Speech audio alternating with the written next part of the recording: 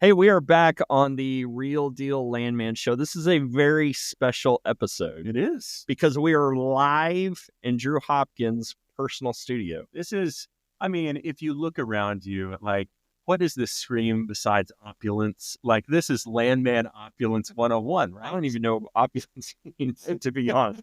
I got to say, though, your self-description was devilishly handsome. I'll give you that. I appreciate it, but you're a lot shorter than I thought you would be. Absolutely, it just depends on the shoes I'm. And like I don't know, I was expecting something. It's not what I thought it would be. It's all been show these last 20 years, and like it's all about like getting the right angles, And whenever I enter a room, I want people to be like, "Oh, that really tall guy," but most of the time I'm just standing on a chair. Is that why?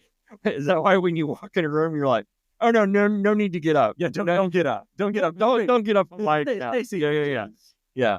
No, it was really cool whenever I found out that you were going to be in Oklahoma City. And so just to kind of give everybody a little bit of the background, why are you in my office right now? What have you been doing? What has led Jerris around the country and to end up here? Around the country is pretty accurate. It's been a busy last couple of days. So I just flew in from Virginia this morning. So I was out there doing some work. Had a cool story happen. I was in a courthouse in Virginia. And so for a long time, people will ask me, and they're like, what do you do? And I never answer what it is that I do because nobody has any idea what that is, right? Like So usually it's this really long description and tirade about what it is that I do. And at the end of it, nobody still knows what it is. But recently with the show, I've decided I'm going to start saying it. I'm a landman. This is what I do. I'm a landman. So I was having this conversation, this courthouse, and it came out that I was a landman. And afterwards, this sheriff's deputy guy, he came up to me privately and he goes, so this new TV show, he's like, is Billy Bob based on you? Say, absolutely. Yeah. I mean, really. Say the only thing that wasn't accurate, if it was a 1-for-1 reenactment of my life, was the plane that got destroyed was just a slightly off, a different color, right? Well, that one wasn't that one a prop plane? The one that got hit? Yeah. No. I think it was a jet. I'm pretty sure it was. Maybe not. We'll have to. Yeah, right. I can know. Let's see. Was that prop or was it jet? Because if it was a prop, obviously, huge discrepancy from real life. Yeah, we will have to call that out. Huge discrepancy. All right, Drew, you brought somebody else in here with us today. I did. Make an introduction, if you will. So I'll tell you what we want to do is this is Joey Barnhill.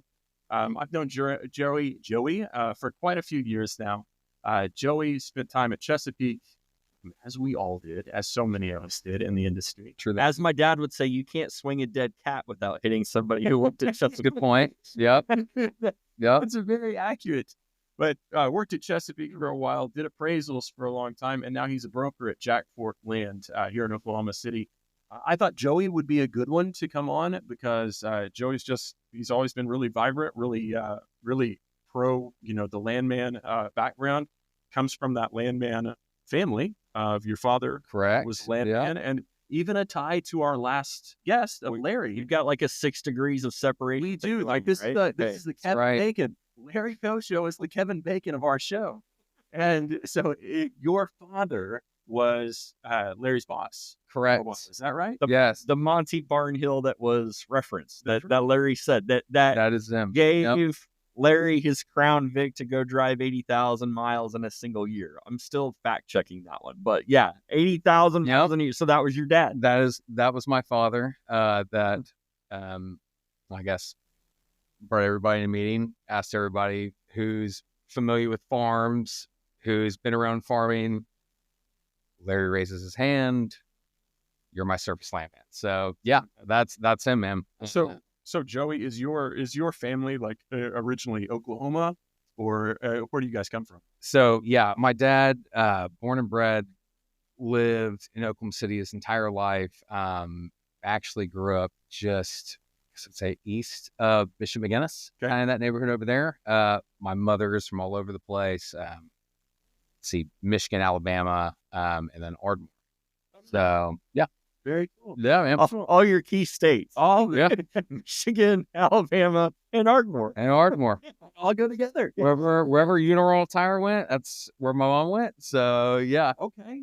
Yeah. And then your dad, who did he start out with? So he started out with Getty. That was his first company he worked at. And then he went to Hunt, Lead, and then he went to TXO. Okay. And then And that's and now he's started. and then Yeah. independent. So yep. Not bad. And so you went to college where? He went to Colorado School of Mines first, and then he transferred to OU, And PLM. You went to So I went to first. I went to Northeastern State, played golf there for a year. Then I went to OU, nice. Northeast. Is that the one in Miami? Tahlequah. Tahlequah. Okay.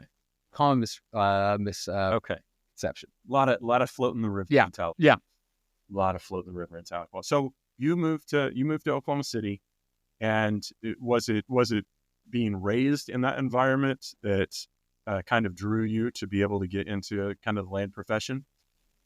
A little bit of an outlier. I actually did accounting. Okay. Started off as an accountant. Did that. Started helping my dad out with some minerals, things like that. Did a internship with a law firm. Actually helped them out with a bunch of oil and gas stuff. And basically my junior, senior kind of led me into, I think I kind of want to do some oil and gas. So Making dad proud, right? yeah. And a lot of people being like, why did you just not do energy management? So, but yeah, that's how I finally ended up, I guess, going the land route. And was Chesapeake the first stop there? It was the first stop after a few runs, I guess. When I first got to school, 2008, trying to find a job, and I decided, hey, I will go up to Michigan and work for a brokerage. And it's like, hey guys, like, I'm going up to Michigan, got a project, it's gonna be great. Like, it's gonna be fantastic. There are some Michigan stories. So I Under relations, right? During the Drew has the best story. If we could have an entire podcast on just Drew's like interrelation stuff. We could. Joey's absolutely lovely wife worked in our owner relations department. She did a fantastic job. She was always so overly courteous to the callers that were coming in from Michigan, from Permian Basin, from Louisiana, another one. and being able to, she was fantastic. One of I will show you, but like one of her favorite calls ever was, I guess somebody called her and was like, yeah, where's your guys' office at? And she was like, oh, Oklahoma. And like, oh yeah, that's the place you can just watch your dog run away for like a week at, right? You can. No. Yeah. So she was like, Right? Yeah. she's like, yeah, absolutely. Yeah, I will transfer you to the next person. We had people show up at our door once they figured out like anything that was online, like an address or anything. We would get calls all the time from the operations center at Chesapeake of, hey, royalty owners have showed up. They're in this building, and you just have to go over just on the fly. She would always volunteer to do that. She was always really good with them, and that was always a nice thing for me because I was like, oh my gosh, okay, so somebody else can do this, Yeah. and I don't have to run right through it. So no, she did amazing. But you started with Chesapeake land, or you went to Michigan to be a broker. Yeah. So I went to Michigan, and it was like, guys, I got a job. I'm leaving. I'm out of here. And packed up my truck, driving an F-150.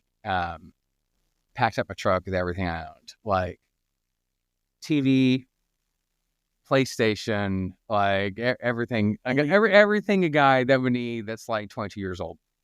So I drive from Oklahoma City all the way up to basically Traverse City. Okay. And I'm there for like 5 days, try to get a hold of the project manager, never get a hold of them. And basically inform, the project's been shut down. So I end up having a going away party and a coming home party in the same week. So that was kind of my first experience doing the traveling brokership, and then after that, I went and I worked at Jack Fork for a little bit, and then I got hired on Chesapeake, and I worked in, I guess, what we would call, I guess, the title shop of Chesapeake, doing mineral title, and after that did EMP and the Marcellus. So lots of courthouse visits. Lots of courthouse visits. Like, if you watch the show, like what I was talking to Drew and Jerris about, like a lot of this stuff, if you were going to watch somebody from a title land standpoint, like, which would not be very entertaining, watching somebody doing stand-up title to courthouse, and then riveting work. Riveting work, and then bringing cookies maybe to the clerks to get preferential treatment for the copier, or get indexes done faster. So I did go down to Love County once in a white shirt, and I was looking for this tax book, and it hadn't been touched in literally like 80 years. And I had to climb up on this counter, reach up on this shelf, and 80 years worth of dust just got all over my white shirt. I mean, that's a TV show episode right there. I honestly would, like, I know each one of these episodes, they say costs, like $1.5 million or something to produce. That's insane. For one full 55-minute episode, I want title screen, and then I just want like the slow, like 2004, 2005 in, like, turning the pages of the books. Yeah. Maybe even back whenever it was there you go. Picture with the legit digital camera. There's a handful of images out there doing work. Look at it. No, that delete it off. Do it. No, delete it off. Like, that's what I want for 55 minutes, and then it just goes roll. Or, I mean, if they need to, they can walk out of the courthouse to the parking lot and see their focusing, and then watch their F-150 just explode. And then it's to be continued. We'll find out why the truck exploded. Now that's the sort of Landman TV that I feel like. Yeah, that's hard. I would pay double my subscription for Paramount Plus if I could watch that. It's relive glory days. That's right. Well, so and I'm not saying you are still in land. You're still Jack Fork land. Like, throughout this whole process of learning about the ins and outs of the industry. Working so closely with your father, who was just an absolute legend of the industry, and working so closely with so many other Oklahoma, Texas, so many landmen that are spread out now, that know your dad, Larry, so many other people. Has there been anything that you have seen along the way, or anything that has been really resounding for your career? I mean, you've done it this long. Yeah. And what's been one of the things that has really kept you with oil and gas, kept you with land, and kept you excited? Or who have been people that have been impactful? Yeah, that's perfect too. Oh, I mean, my father, Bob Brock, our owner, has been another one. Everybody worked at Chesapeake. Leslie Grofen, Jessica Tompkins. Those are kind of like, my first, like, managers. Jessica was my first, like, when I did EMP. Leslie was my second after that. But yeah, I think the funnest part of all that is, like, drilling down, like, into the units and stuff like that, like leasing, talking to people, like, that's probably the funnest thing you can do. Like the being able to talk to the landowner. Yeah. Yeah. Otherwise you're just clacking behind a keyboard and that's it. I always liked that too. My grandparents were Enid, Oklahoma, where we have that tie of Plainsman. My grandfather owned a lot of land, and I know the conversations that he had over coffee or over breakfast or something like that in Enid with somebody that was trying to lease or somebody that was trying to get some sort of easement or something like that, to be able to work with the land. From the landowner side, he was always excited for that because he felt like he was, the main person of the show. Yeah. And he loved getting to meet new people. He loved being able to work those different, work through the different documents, being able to figure out like different things with them, and then really forming a relationship with them.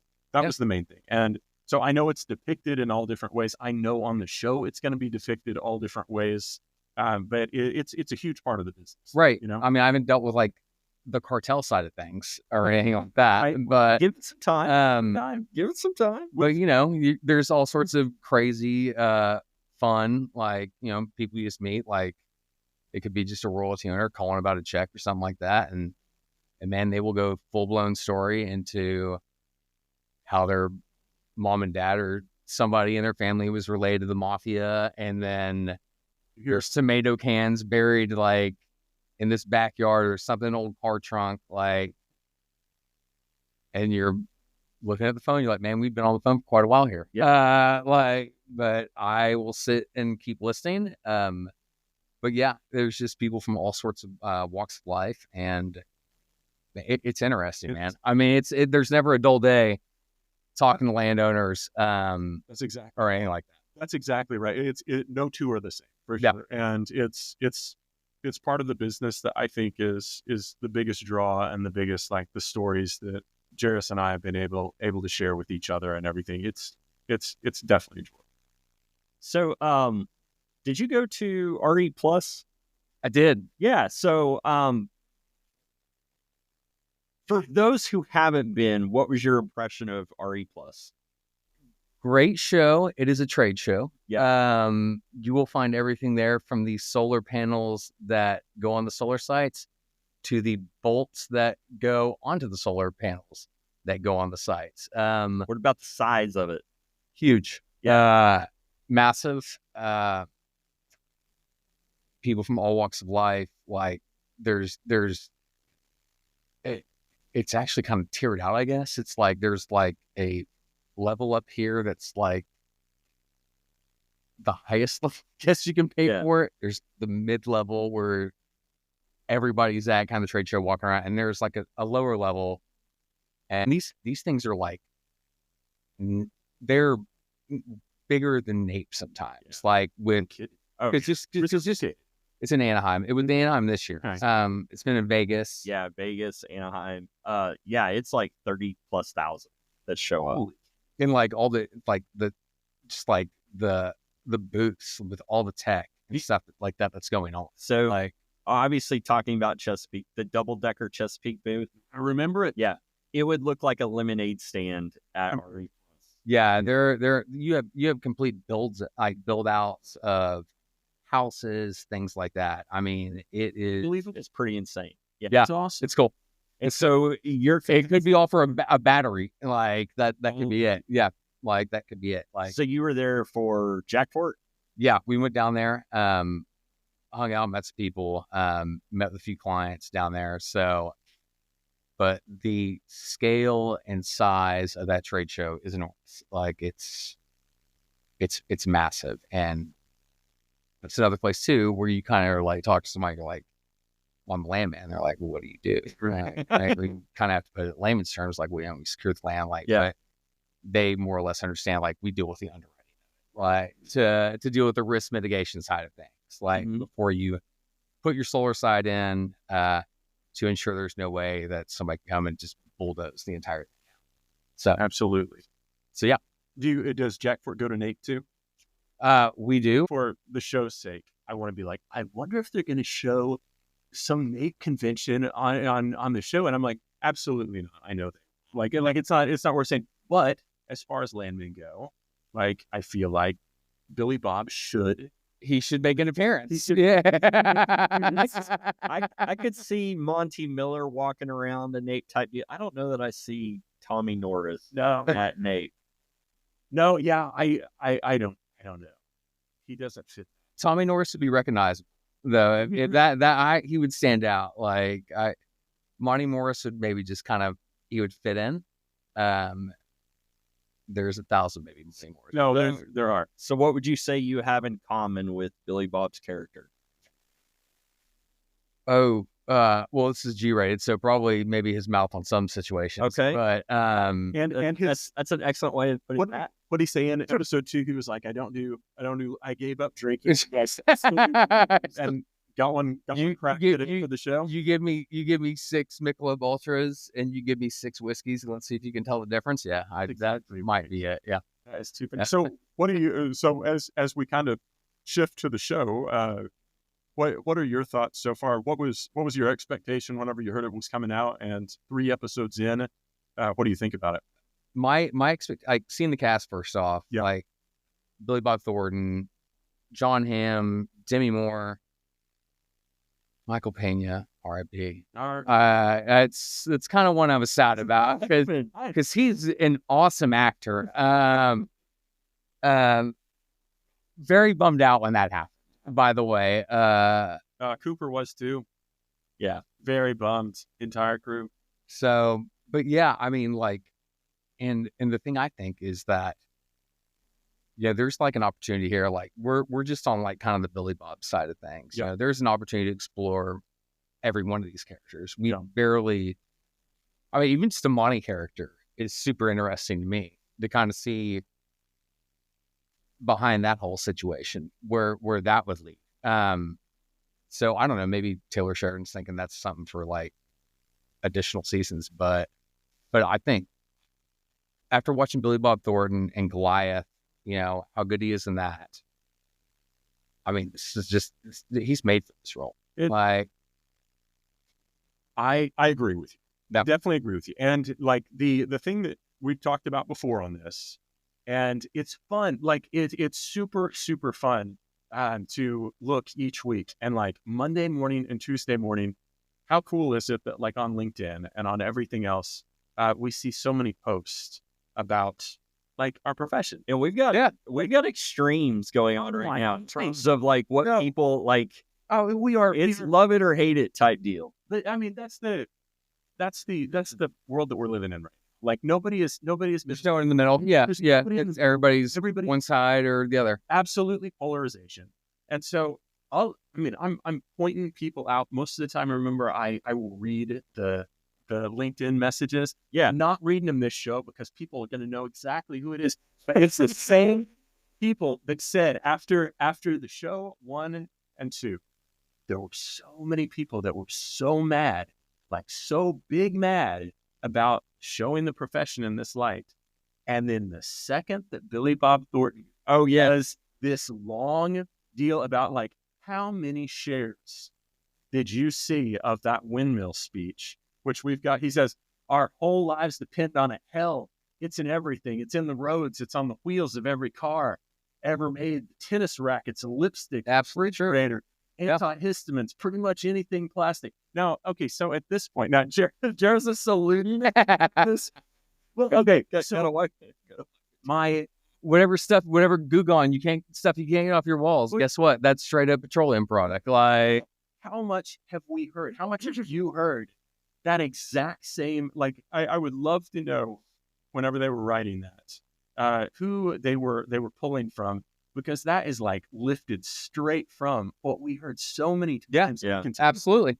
And so every single one of you that I could point out that hated episode 1, all of a sudden was just like what Jerris, just saluting him, being like, show this to all your leftist friends and all this stuff. And like, best show I've ever seen. So like, they have to fictionalize. This is how television works. We have to fictionalize something. And we were talking about it a little bit before. No one wants to see the opening credits and Joey to walk into a courthouse and to go through title documents and take pictures of. Yeah, that's no fun. No one wants to see that. I mean, we'll watch it. I'll watch it. It's on. But to finally see and to go back to his speech, like he did the roads, the wheels, the tennis rackets, the lipsticks, the refrigerators, the antihistamines, pretty much anything. I think it's Rachel or Rebecca is the lawyer that's with yeah. Like the girl from Midland. That was halfway through. I would have been like, if I was listening to that, I'm like, Yeah, you've made your point.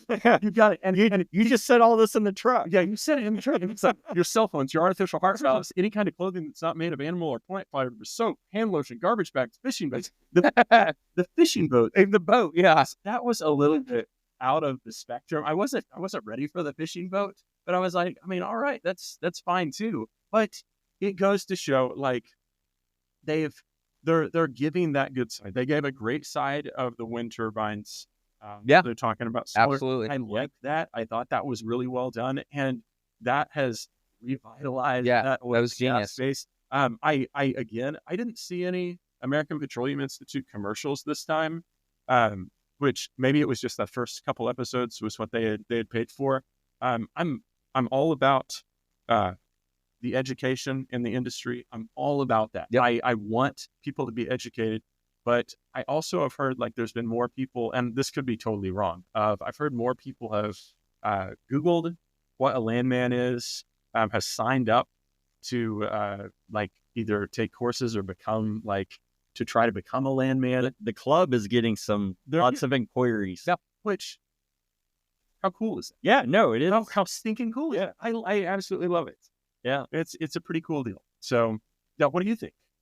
So I'm looking. You put in some show notes, and I think a lot of them are just hilarious, and we got to go through them. So, take us through some of your notes that are here. Well, I'll say before that there was a quote to where Billy Bob was like, "A landman's job is to make sure the field guys are safe and do their jobs to get the oil out of the ground." And that was the one part where I was like sitting on the couch and I was like, I mean, maybe. So he was on a late night talk show in the last week or somebody. I think it's Colbert.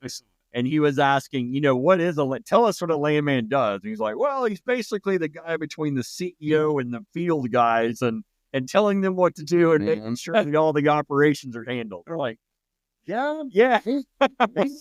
Fraud. Maybe my mom would be more proud of me if she knew that's how much responsibility I actually had. And to the LinkedIn credit, I have seen a lot of people like where they're talking about the Colbert deal, and they're like, "Hey, he's doing a good job of like putting us out there." And a lot of people are saying that exact same thing. They're like, "Hey, my job hasn't been that interesting, but now people are like, hey, I see your profession is being put out there," and like it's kind of given some people like a little bit of like a boost or whatever. So I totally dig that. I think that's really cool. How many rattlesnake heads have you cut off in your job? I've seen. I will be honest. I have seen one, but I've never killed in your job, like while working. With Chesapeake, I saw one. Okay, with Chesapeake, I got none, and that's I got none. Since you did kill it, so you were the scared lawyer that just stood there going. No, I was like the scared lawyer that was screaming at the top of my legs and running. Hey, she was frozen. At least you ran. I ran. No, I think that's the only rattlesnake I've ever seen in real life. So I've never seen one. Really? Isn't that crazy? Yeah, I've never seen a tornado either. I haven't seen a tornado either. I thought in Enid they had like the rattlesnake roundup. Is that not? No, that's where Romano's National Park is, right? Where's that?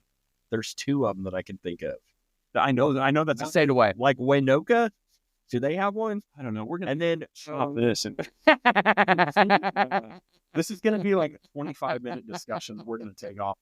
We're just gonna start naming every town in Oklahoma. And then we'll edit out all the ones we got wrong, and they'll be like, "Is it this town?" Absolutely. Yeah.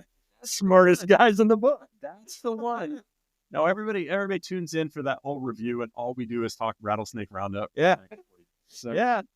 Oh man, but I mean, so we're gonna give the episode rundown. So I mean, just to really quickly go through all of it. Tommy's wife, who is an absolute peach, comes to Midland.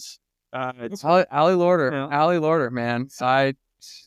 She flies in on the company plane. Is this common practice to where his daughter did? So it's an independent, so I guess. So here's the thing. Was it the company plane, or she said she married Rich the second time, and so was it Rich husband number 2's plane?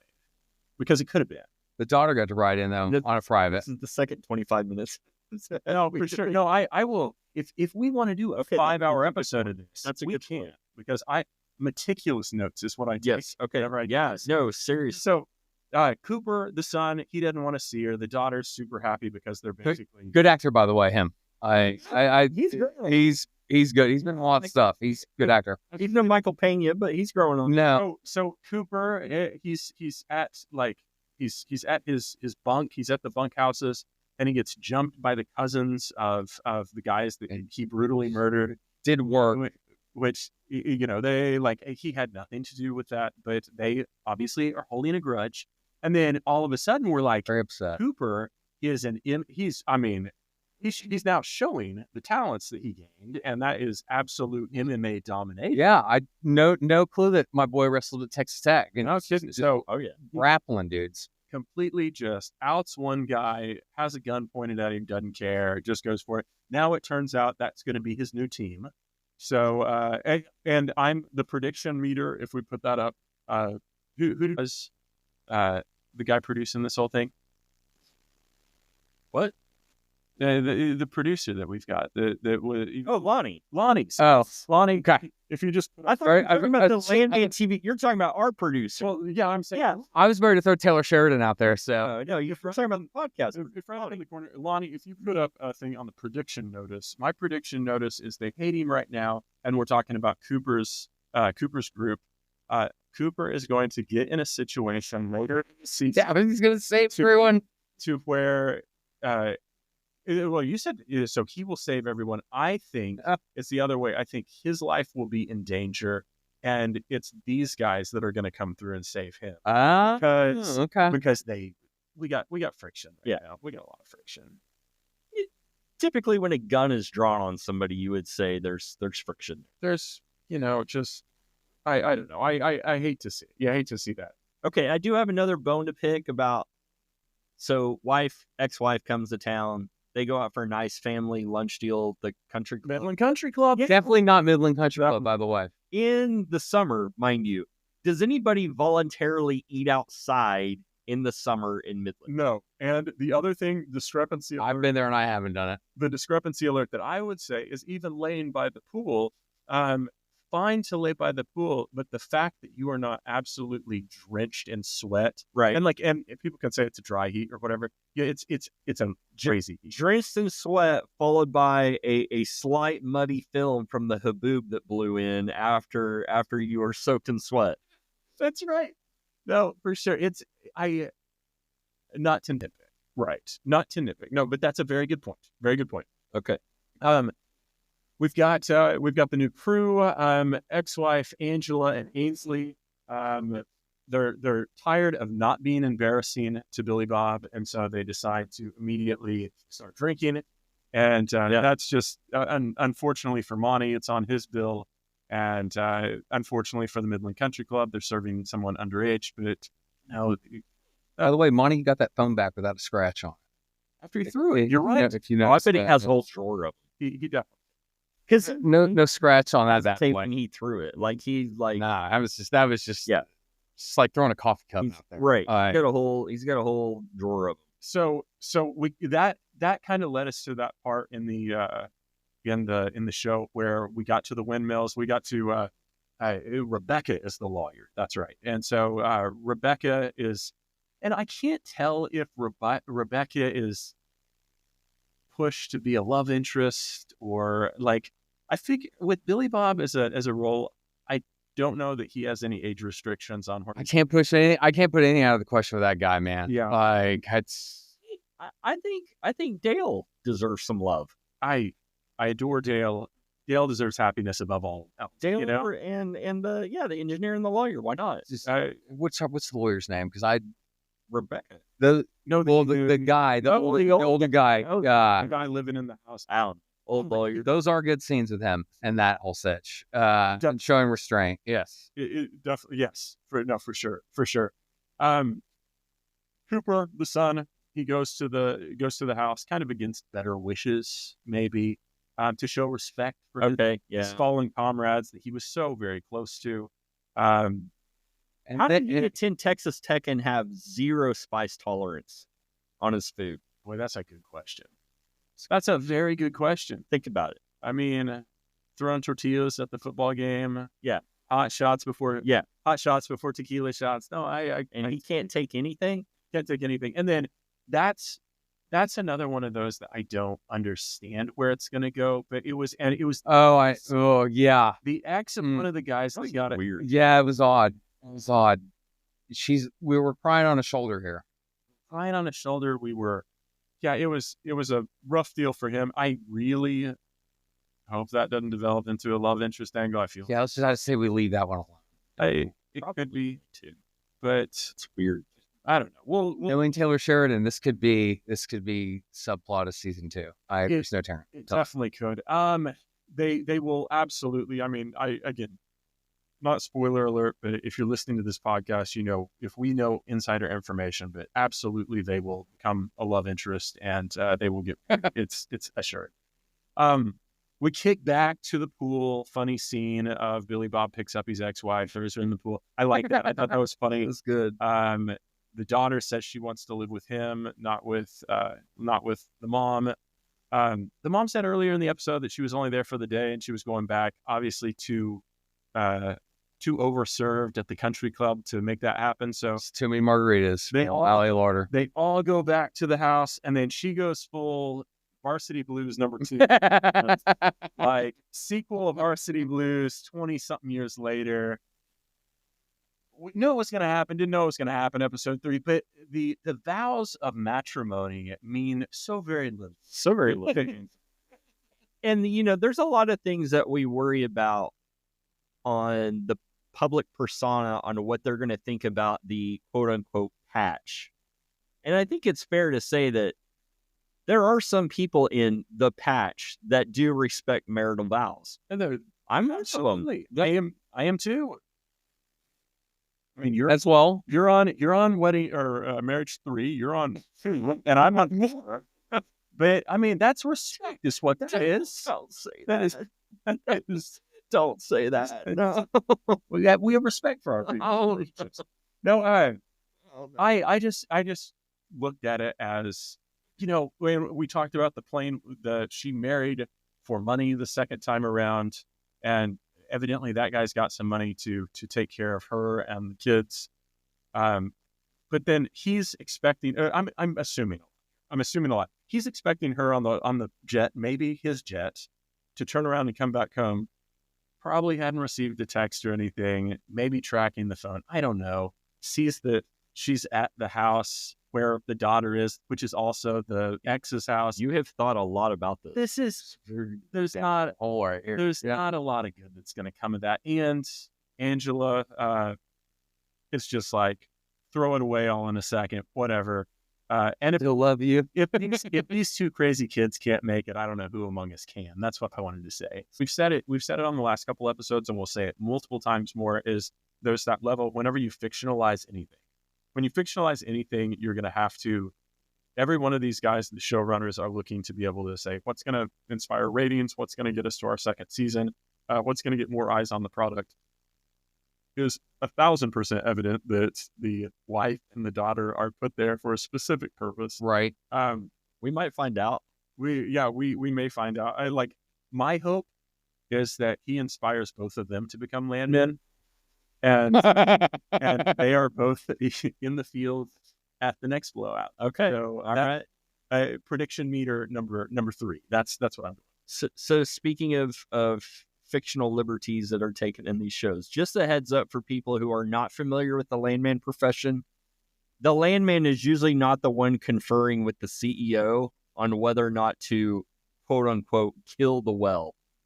That's right. That's correct. And for a simple workover on a multi-billion-dollar operations, the engineer. Yeah, That's I know that the CEO is going to be the one that is stressing out over whether or not to work over the well. No, absolutely. Yeah, these are the liberties. Right? These are the creative liberties. These are the creative. Yes. I was thinking about, like, my wife and I were talking about other shows that the people that were the subject matter were, like, immediately the aftermath after those shows, they were absolutely, like, enraged. And the ones that we came up with were, I don't know if anybody has seen The Crown, which was about the British royal family.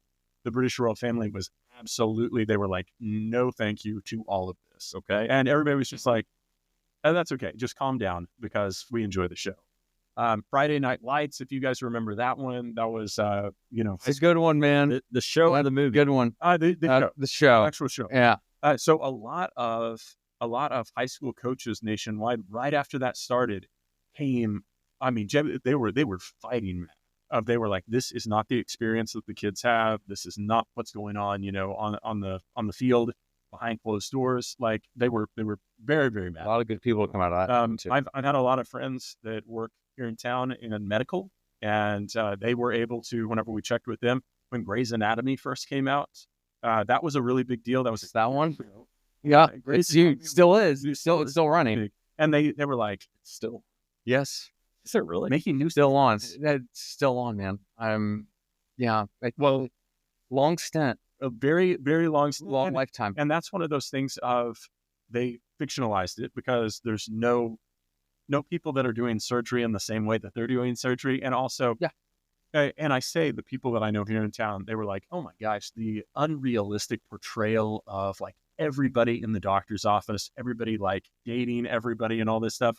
And I was like, well, that's not true too. And they were like, it's kind of true. Yeah, it's a little true. And then the last one was The Sopranos, which was, I don't know if you've ever heard of that show. That was a little hit for a while on HBO.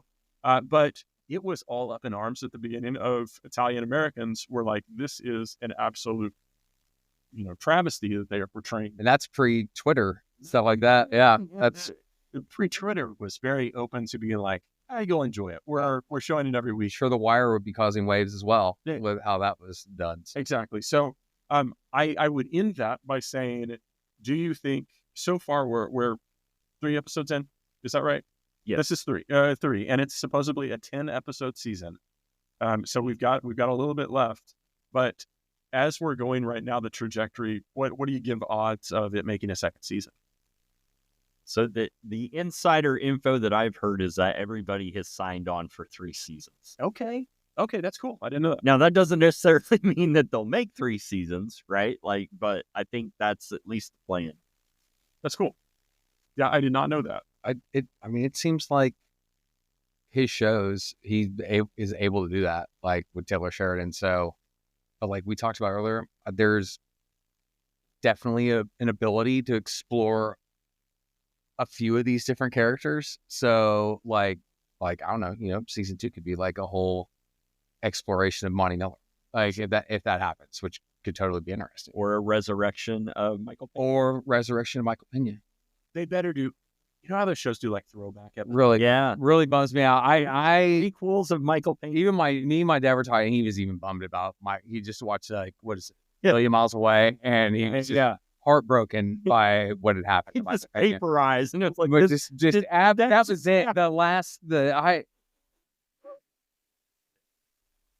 I gotta get over it. But it's I was like, Dad, Michael Pena's this episode. He's like, well, he wasn't in it for very long, and it's like. Sorry, man. It's absolutely hard to lose the ones you love, and that was a tough pill to swallow for sure. But that's exciting. Possibly 3 seasons. Like I absolutely like it. We hope that we are with you for all 3 of those seasons. We like doing this podcast. We like being able to get together each week and talk about this stuff. And so far, we're not. We've said it before. We are not trying to take over Joe Rogan's market share. We are just trying to, I don't know. But we're putting a dent in it. We're absolutely. Definitely. Okay. He's feeling it. So last week we had to make up some reviews. We did. So we just shared text messages from your mom and my wife. And we're like, best show ever. You guys are awesome. This week we actually have real ones. We have some real ones that are out there. And they're from my computer. I was like, not just LinkedIn comments. Like we've got these are actual reviews that people put out there. Yeah, that's nice. So I really like this one. I think this was on Apple, and the name is I won't say the name. It might discredit it. But anyways, he says, "Hey, I really enjoy listening to you guys and what you think will happen on the show. I came here because of the show, but your insights pulled me in even more. Can't wait to learn more." That's awesome. It is awesome. I mean, as much as I want to joke around with it, that's really cool. And then we got a couple on YouTube. One was entertaining, keep them coming. And yes, I share the same thoughts on Billy Bob Thornton and Bad Santa. Hey, so someone else was in your yeah. I'm telling you, yeah, you heard even the Oklahoma State wrestling analogy. Yeah, that was good too. No, so I agree with that. Got another one. Good work, boys. Thumbs up. And then obviously, I mean, we've already talked about him a bunch on this one, but there was some love out there for Kosho as well. Heck yeah, he deserves it. Proud to call Kosho a friend and mentor. I owe much to the time he invested and continues to invest in me. And then there was another one that said, one of my favorite guys in the business, total gem. Oh yeah, absolutely. It's every bit of that is deserved. I'm talking about Larry, not just about us. Ours is deserved. Ours is, and we will. The promise that I make on this is that we will attempt to remain humble. You think? I am easily the most humble guy I know. You always have been. Yeah. You are the most humble. I am the most humble guy I know. Tell me that. I ooze with humility. It's just oozing out of me, humility. And after the show, when you texted me 3 times, did you see how humble I was today? Did you see how humble I was? Drew, I was so humble today. I will give you the normal thumbs up. Text and response. Yeah. No, we really appreciate it. So that's awesome. Other big news, just a little over a week into this, we're at 90, as of this minute, we are at 99 subscribers between Apple, YouTube, and Spotify. So if there is a single soul that could go ahead and give us another subscriber so we can have the even 100, nothing will happen. Century marks not other than we'll be able to say we have 100 and we're going for the next milestone. We talk about the next milestone most of the time, and in the day and age that we're living in with the internet is when you're like, we're one away. There's going to be at least 10 people out there that are like, I'm going to unsubscribe. Just show these guys on that stuff. Yeah. See, I was thinking somebody would say, somebody else will get it. But yours is even more pessimistic. You know exactly that's going to happen. Next week, we're going to be like, so we got 52 subscribers. We were so happy. Now we're at 52. I hate all of you. Oh my gosh. Well, on the hating all of you note, I just want to say we hope that you all have an absolutely fantastic Thanksgiving holiday. Yeah. I hope you guys do and your families. Y'all too, man. And safe travels, Jerris. I hope we get to do the in studio between you and I more often. And we should talk about that. We should, and we should take it on the road too. That was one of the things that we were kind of talking about. Yes. So potentially maybe a Houston trip, maybe a Midland trip. Yeah, we would need a little bit of space, not much space, but a little bit of space. We could go live at a sporting place. See how that goes. That'd be pretty cool. There would be some rattlesnakes. I was saying poolside at the Midland Country Club was where we needed to be for one. MCC is nice, man. I mean, it definitely is. Well, thank you, Joey, for being on the show. Yeah, thanks, guys. It's awesome, man. Really, I appreciate it, man. And so great. Happy Thanksgiving to everybody watching. Thank you so much. And this is the Real Deal Landman podcast. We look forward to talking to you again down the road. See ya.